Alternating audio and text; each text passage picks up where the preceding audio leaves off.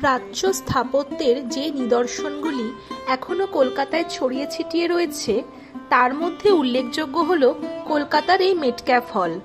Strand road ও hair স্ট্রিটের সংযোগস্থলে অবস্থিত এই হলটি এথেন্সের টেম্পল অফ উইন্ডের অনুকরণে C.K. রবিনসনের নকশায় 1840 থেকে 1844 সালের মধ্যে নির্মিত হয়।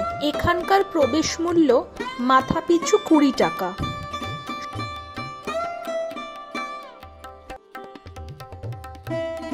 সোমবার বাদে সপ্তাহের অন্য দিনগুলি সকাল 10টা থেকে সন্ধে 6টা পর্যন্ত এই হলটি দর্শকদের জন্য উন্মুক্ত থাকে।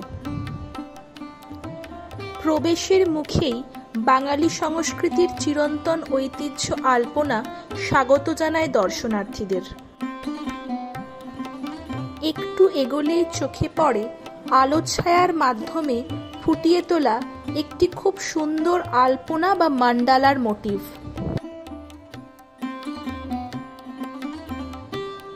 নিচের অন্য একটা ঘরে রয়েছে কলকাতা ও তার আশেপাশের বিভিন্ন হেরিটেজগুলির বর্তমান ও পুরনো অবস্থার নানা ছবি।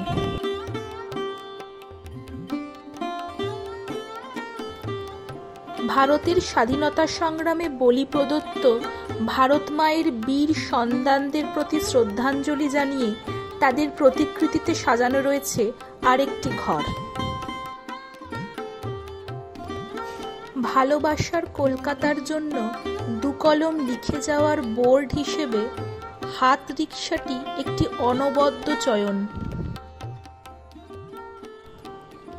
দোতলায় উঠবার সিঁড়িটি সাজানো হয়েছে নানা সিনেমার পোস্টার, বইয়ের প্রচ্ছদ, পুরনো অ্যাডের অংশ এবং আরও নানা অলংকরণ দিয়ে।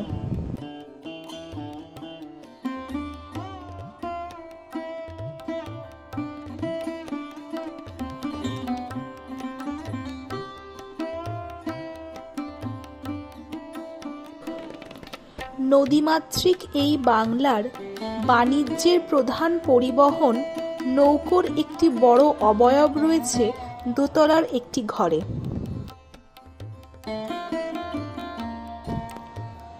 বিভিন্ন মনীষীর জন্ম ও কর্মস্থান আমাদের এই বাংলা সমৃদ্ধ তাদের মহামূল্যবান বাণী দিয়ে।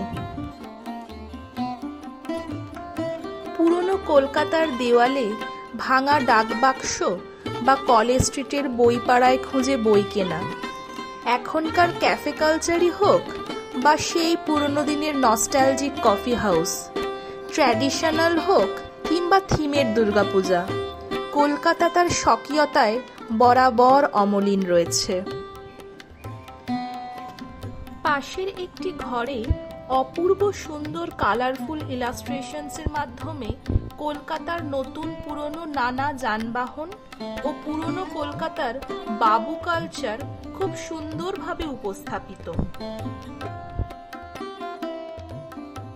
উদযাপনের এই শহরে পবিত্র পরিণয়ের প্রতীকটি একটি মাস্ট সেলফি ডেস্টিনেশন।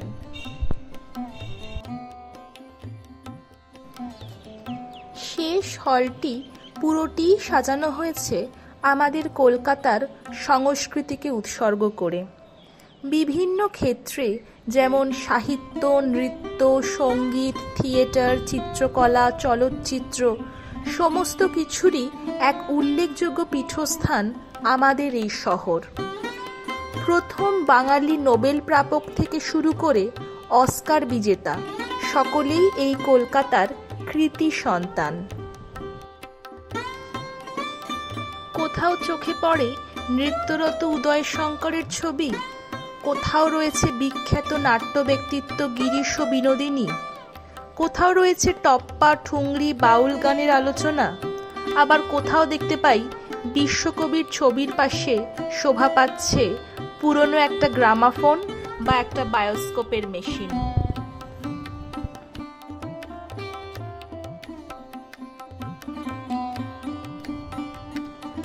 বাইরে প্রাচ্যের ছাপ নিয়ে দাঁড়িয়ে থাকা এই হেরিটেজ বিল্ডিংটির ভিতরে রয়েছে গোটা একটা শহরের নতুন পুরনো উত্থান পতনের অনেক কিছু। একটা গোটা দিনে সাক্ষী হয়ে রইলাম এই সুন্দর সৌধটির অন্দরমহলের।